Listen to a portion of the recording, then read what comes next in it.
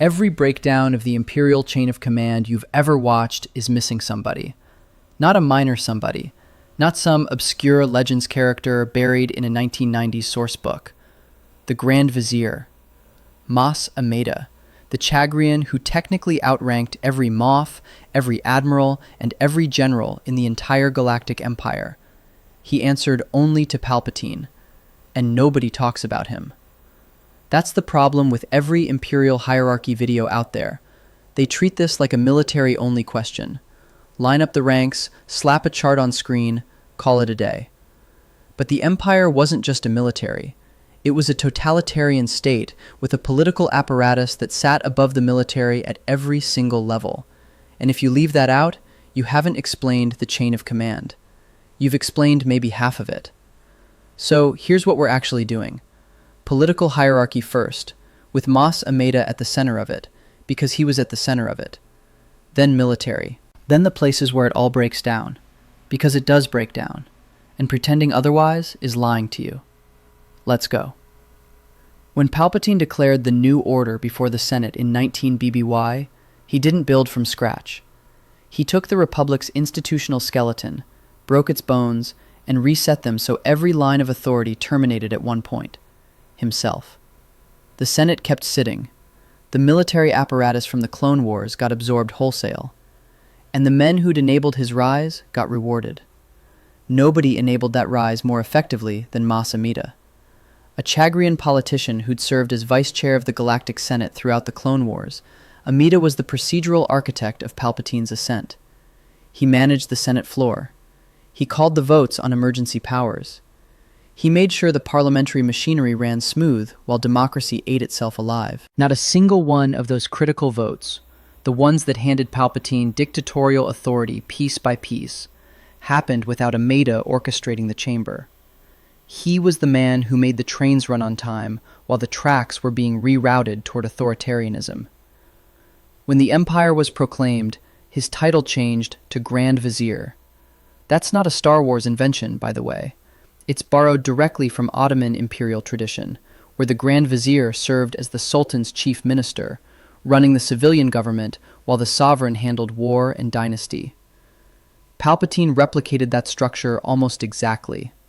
Amedda oversaw the civilian bureaucracy, managed whatever was left of the Senate's legislative function, and served as the Emperor's proxy in political affairs Palpatine considered beneath his direct attention.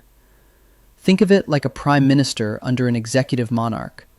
No stars on his shoulders, no fleet. But the generals and admirals answered to the political apparatus he administered, because civilian authority sat above military authority in the constitutional structure Palpatine had designed. On paper, Mas Amedda outranked every military officer in the galaxy. On paper.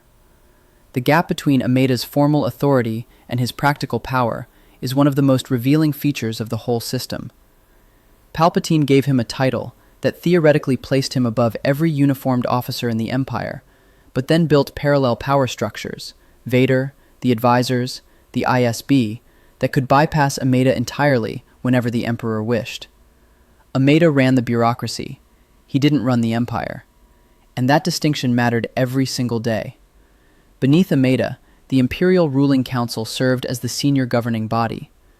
Its members included top advisors, ministry heads, intelligence chiefs, and select military leaders who'd been elevated into political roles.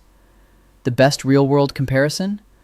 The Soviet Politburo under Stalin, a body that theoretically made collective decisions, but practically existed to ratify whatever the dictator had already determined. Individual council members wielded enormous power within their domains. Intelligence portfolios, economic ministries, propaganda directorates, but their collective authority extended exactly as far as Palpatine wanted it to on any given day. Amedda chaired the ruling council in Palpatine's frequent absences. That gave him something no Admiral or Moff possessed: agenda-setting power. He decided what the council discussed, when it discussed it, and how proposals were framed before a vote. In any deliberative body, the chair controls the outcome more than any single voter does. Amedda had spent decades mastering exactly this kind of procedural leverage in the Republic Senate.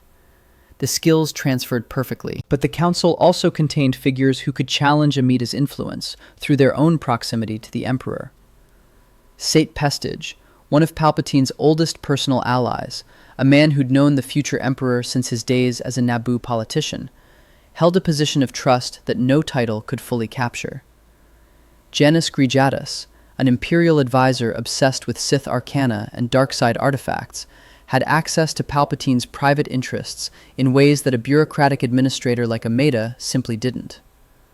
Ars Dangor served as one of the most politically active advisors, effectively functioning as a second layer of civilian authority that sometimes overlapped with and sometimes contradicted Amedda's own portfolio. Tashu, another advisor with deep investments in Sith lore and occult knowledge, occupied a niche that gave him the Emperor's ear on matters Amedda couldn't even access, because Amedda wasn't a Force practitioner and had no standing in the esoteric dimension of Palpatine's power. This is a crucial dynamic. Amedda was the formal head of the civilian government, but the Imperial advisors, the robed figures lurking at the periphery of the throne room, could route around him whenever their individual relationships with Palpatine allowed it. Their power was informal but immense, because in an autocracy, proximity to the ruler's ear outweighs any title. An advisor with 0 military rank could board a Star Destroyer and effectively countermand a captain's orders by invoking the Emperor's will. No institutional mechanism existed to challenge it. Amedda outranked the advisors on every organizational chart. The advisors outranked Amedda in the only metric that actually mattered: Palpatine's attention. Then there was Compnor, the Commission for the Preservation of the New Order. And this is where Amedda's political authority connected directly to the machinery of repression. Compnor was the Empire's combined propaganda ministry, ideological enforcement arm, and youth indoctrination apparatus. Its structure was sprawling and deliberately so. The Coalition for Progress controlled media output, education curricula, and cultural production across the entire galaxy. Every holonet broadcast, every Academy textbook, every piece of Imperial messaging ran through Coalition for Progress pipelines. The subadult group funneled loyalty into the system from childhood, identifying promising youth for future service, and ensuring ideological conformity before recruits ever set foot in an Imperial academy. The Coalition for Improvements handled commerce and infrastructure in ways that blurred the line between civilian governance and state control of the economy. And then there was the ISB. The Imperial Security Bureau operated under Compnor's umbrella as the regime's political police force, part Secret Service, part internal affairs, part ideological enforcement. Each directorate and branch within Compnor maintained its own leadership hierarchy, and those leaders reported either laterally to peer agencies or vertically into branches of the Imperial military, creating a deliberately tangled web of overlapping jurisdictions. This wasn't administrative incompetence, it was architectural intent. And as Grand Vizier overseeing the civilian bureaucracy, Amedda sat atop the chain that Compnor reported into, meaning that ISB operations, at least in theory, fell within his administrative purview. That gave him a lever that pure military commanders lacked: the ability to direct the political police. An admiral could command a fleet. Amedda could investigate the admiral. In practice, ISB leadership often reported directly to the Emperor or the ruling council, bypassing Amedda when it suited Palpatine's interests. There's that pattern again: formal authority undermined by deliberate parallel channels. But the structural connection between the Grand Vizier's office and Compnor's enforcement apparatus meant that Amedda was never just a figurehead. He had teeth. He just wasn't always allowed to use them. All of this, Grand Vizier, ruling council, Compnor, advisors, sat above the military hierarchy, not beside it, above it. And that's the framework every other breakdown ignores. Now, the Moffs. This is where the Imperial hierarchy shifts from confusing to genuinely contradictory, and I'm not going to pretend otherwise. A Moff was a sector governor, political military authority over an entire galactic sector, overseeing both civilian administration and all military forces stationed within that sector's boundaries. The closest real-world equivalent is almost exact: a British viceroy in India, or a Roman provincial governor with legionary command authority. Someone who represents the central government in distant territory, commands both the bureaucracy and the armed forces within their jurisdiction, and answers to the capital, but operates with enormous practical autonomy. Grand Moff took it further. Authority over an oversector, a strategically critical region encompassing multiple sectors. At its peak, maybe a dozen Grand Moffs existed across the Empire. The fundamental problem with placing Moffs on a military rank chart is that they don't belong on one. A Grand Moff outranked every admiral and general assigned to forces within his oversector, not because Grand Moff was a higher military grade, but because the political position carried command authority over military assets in the territory. Same way a colonial governor-general held authority over troops deployed within the colony. Apples to oranges. Anyone who draws you a clean diagram is faking it. Wilhuff Tarkin was the Grand Moff. StarWars.com describes him as an ambitious, ruthless proponent of military power, who became a favorite of Supreme Chancellor Palpatine and rose rapidly through the Imperial ranks. Palpatine awarded Tarkin the title of Grand Moff, a new designation created for the Imperial political military order, and tasked him with overseeing Death Star construction, the Tarkin Doctrine made physical. That doctrine argued the Empire should rule through fear of force, rather than force itself. Build something that can destroy planets, and nobody dares rebel. Here's what's interesting about the Tarkin-Amedda relationship. Both men derived authority directly from Palpatine. Both sat above the conventional military hierarchy. But their domains were different. Amedda administered the civilian bureaucracy from Coruscant, while Tarkin projected military political power across the Outer Rim. They weren't rivals in the traditional sense, because they operated in different theaters, but they represented competing philosophies of imperial control. Amedda's power was procedural, institutional, built on committee meetings and bureaucratic leverage. Tarkin's was visceral, build the biggest weapon in history and point it at anyone who argues.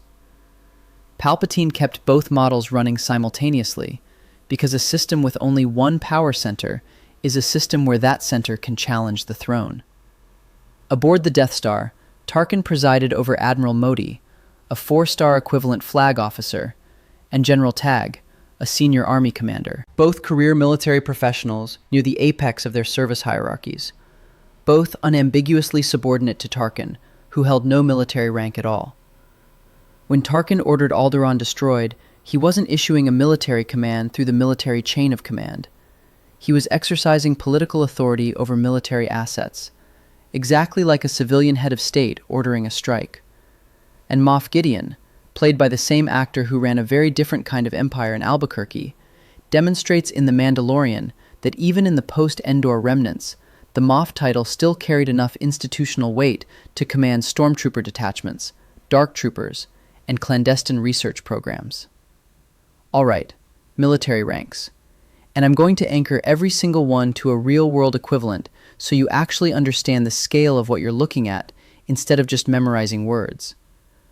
The Imperial Navy officer ladder ran from ensign, 01, a fresh academy graduate, through junior lieutenant and senior lieutenant at 02 and 03 respectively.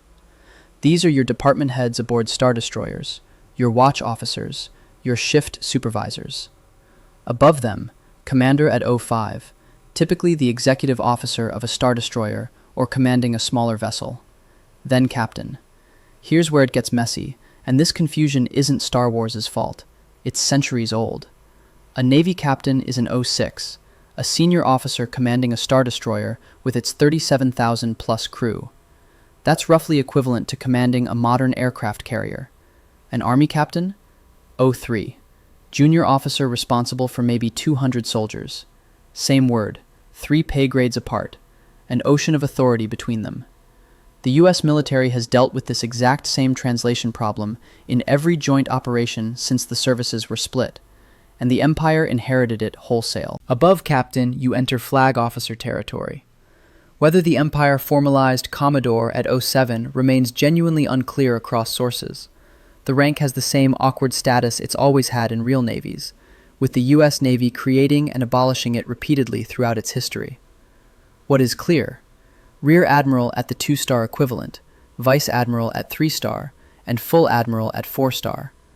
A Full Admiral commanded an entire fleet or major strategic theater. And then there's Grand Admiral, 5-star equivalent, Fleet Admiral, Admiral of the Fleet. In Legends, Palpatine appointed only 12 Grand Admirals across the entire history of the Empire, deliberate exclusivity mirroring the 12 marshals of Napoleonic France.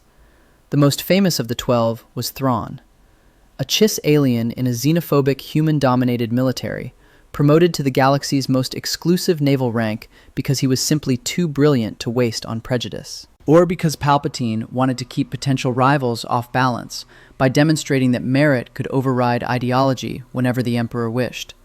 Probably both. The Imperial Army mirrored this structure, but diverged at senior levels. Lieutenant, Captain at 03, and there's your confusion point.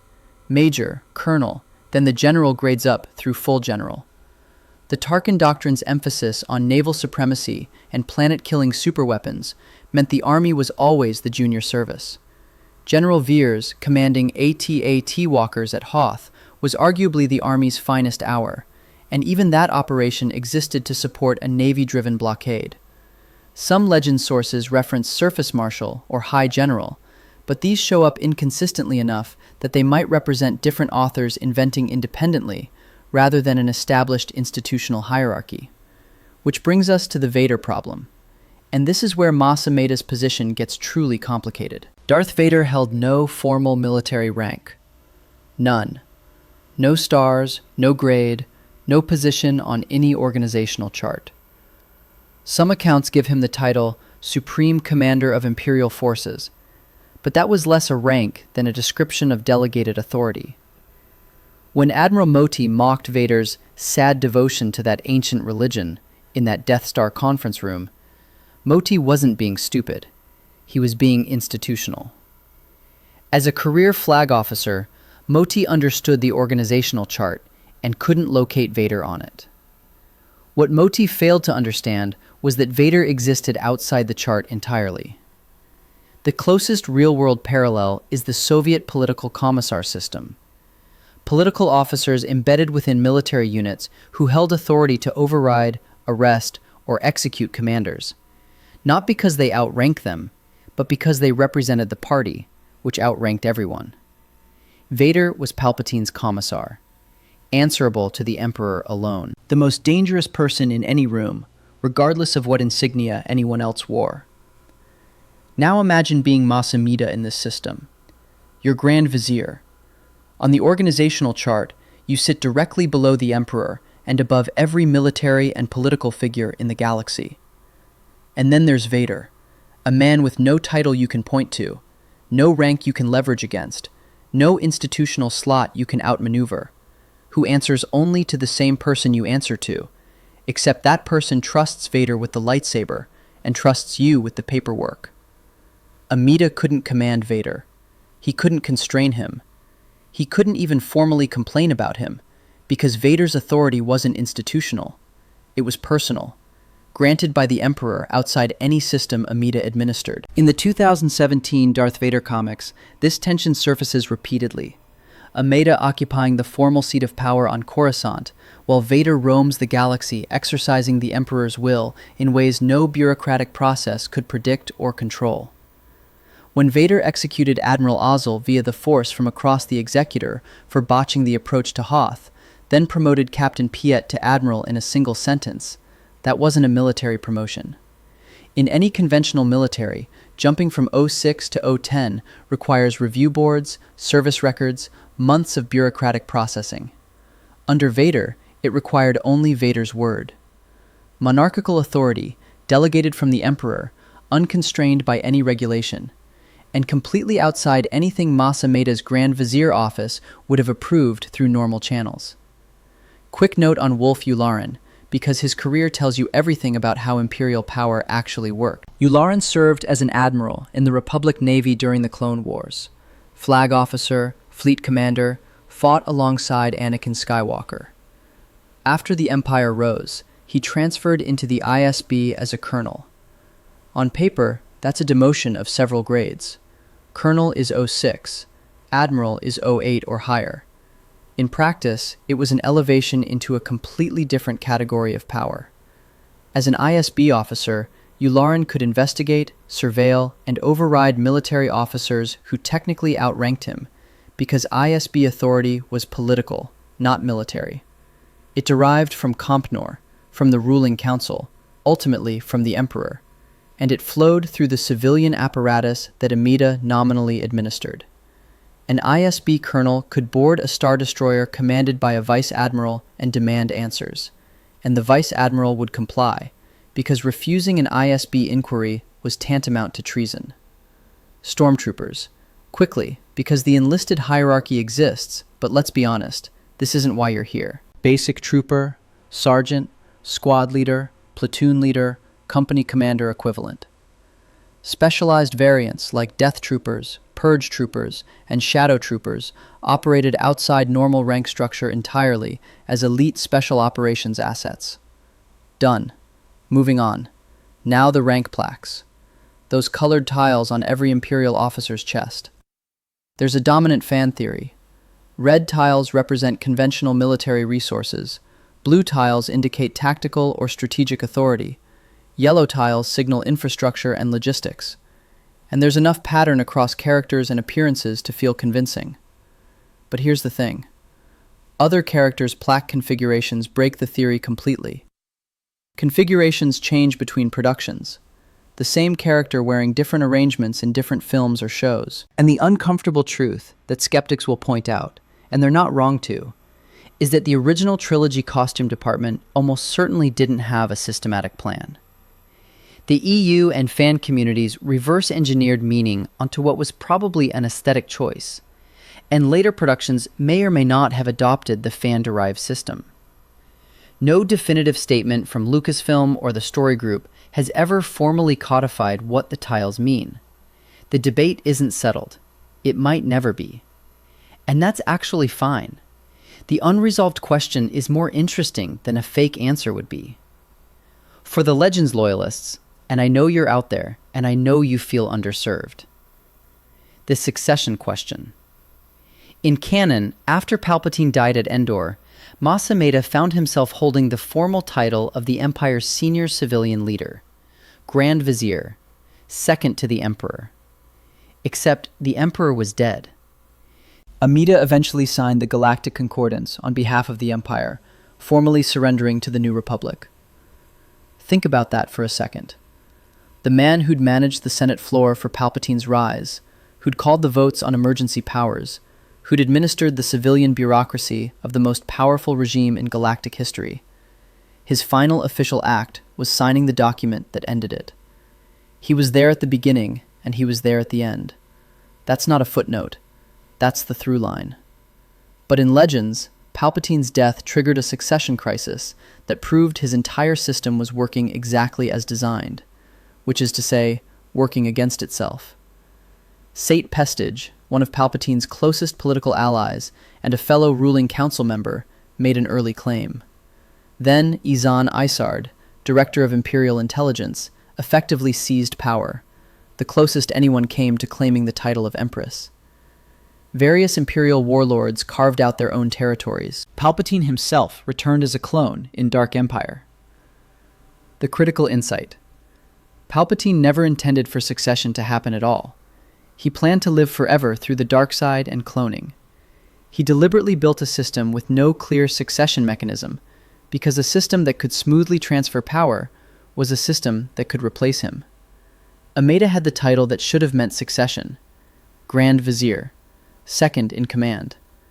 But the infrastructure around him, Vader's extra-legal authority, the advisor's personal channels, the warlord's military autonomy, ensured that no civilian succession could hold. The Emperor title persisted anyway, passed between claimants who fought over a throne designed for exactly one occupant, until Galad Pelion stabilized what remained as the Imperial remnant.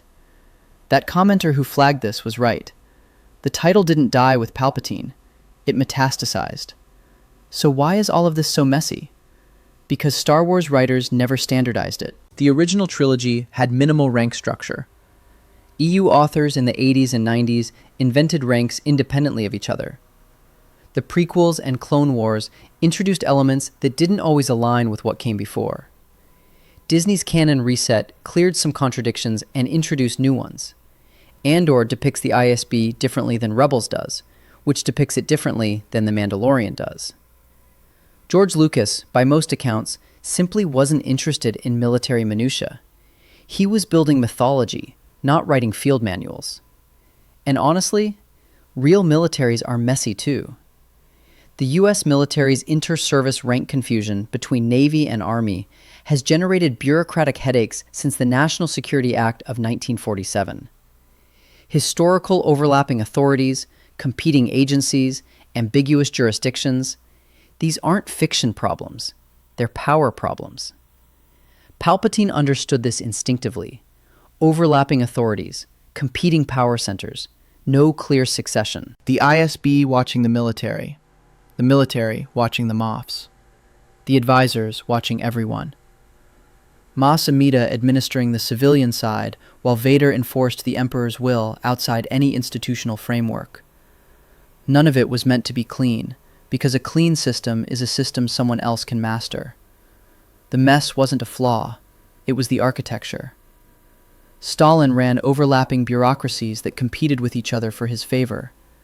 Hitler created competing agencies, the Wehrmacht, the SS, the Abwehr, whose jurisdictional battles ensured no single institution could challenge him.